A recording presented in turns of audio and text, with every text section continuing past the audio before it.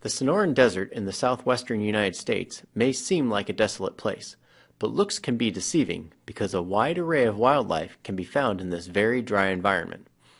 Now you might wonder how animals can make a living in the desert.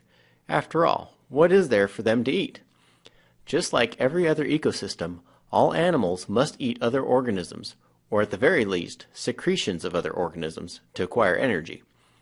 We can follow a sequence of organisms that feed on each other to create a food chain, or a sequence of organisms that feed on each other. Since a food chain follows the sequence of organisms that feed on each other, it always starts with an organism that gets its energy from an abiotic source, which is usually light from the sun.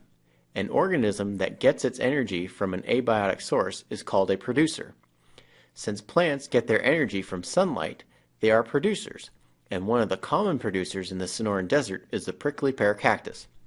Many different animals eat the fruit of the prickly pear cactus, including Harris's antelope squirrel. The squirrel is a consumer because it gets its energy from other organisms. In this case, the squirrel gets its energy from the fruit of the prickly pear cactus. In turn, the squirrel can be eaten by another consumer, the diamondback rattlesnake, and the rattlesnake can then be eaten by a roadrunner. And no, that is not a mistake. In the Sonoran Desert, roadrunners are deadly predators, which will commonly pick up rattlesnakes by the tail and smash their head repeatedly onto the ground in a whip-like fashion. Once the rattlesnake is dead, the roadrunner will swallow it whole. In cases where the rattlesnake is too large to swallow all at once, the roadrunner will partially swallow the snake, with the tail still hanging out of its beak. As the first parts of the snake are digested, the roadrunner will then continue to swallow the rest of the snake. The roadrunner itself can also be eaten by yet another predator, the red-tailed hawk. You thought I was going to say a coyote, didn't you?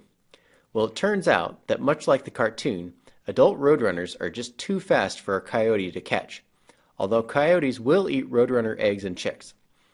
In any case, the red-tailed hawk is one of the few animals able to catch an adult roadrunner and make a meal of it, which puts the hawk at the top of our food chain. So let's take a closer look at our food chain, which can be divided up into different trophic levels, or the levels of a food chain where organisms obtain their energy. The food chain starts with a producer, the prickly pear cactus, which obtains its energy from sunlight. The prickly pear is eaten by Harris's antelope squirrel, which, because it is the first consumer in the food chain, is called the primary consumer. The squirrel is eaten by the diamondback rattlesnake, which is called the secondary consumer.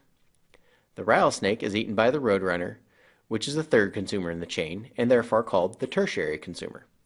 And finally, the fourth consumer in the chain, the red-tailed hawk, is the quaternary consumer. Now, although this food chain is a possible sequence of events that could happen in the Sonoran Desert, each of the animals in the food chain is usually capable of eating other food items as well.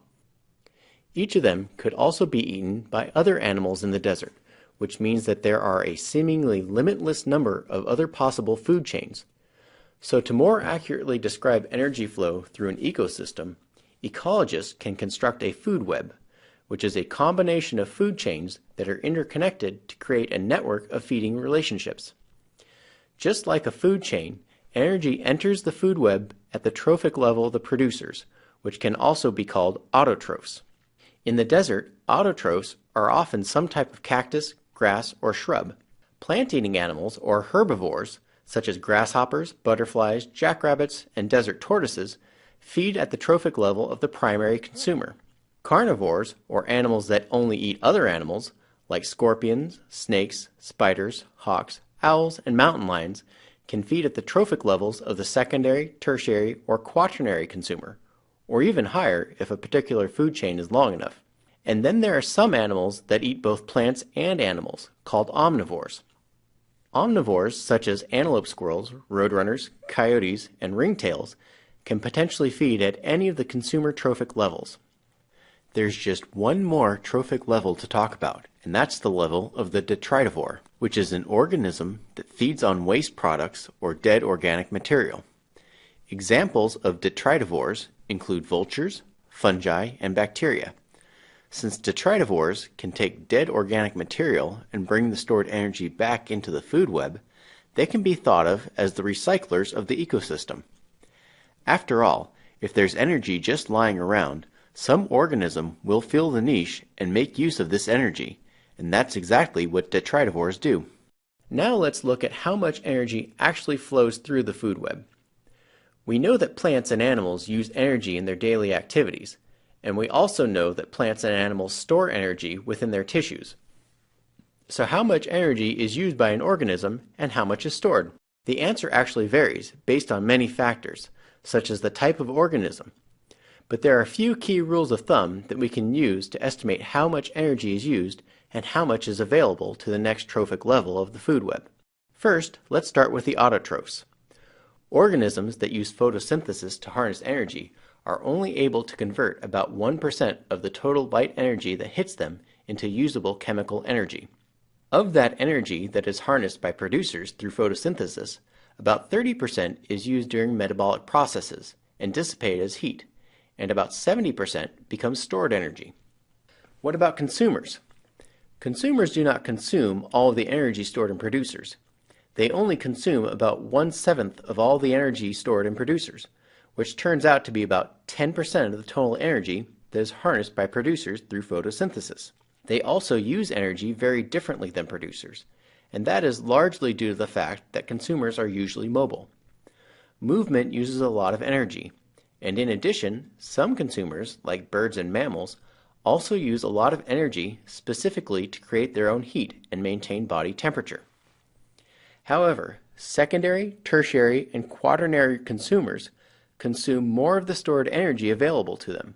So when all is said and done, the consumers at each trophic level, on average, pass along about 10% of the total energy they receive to the next trophic level that feeds upon them.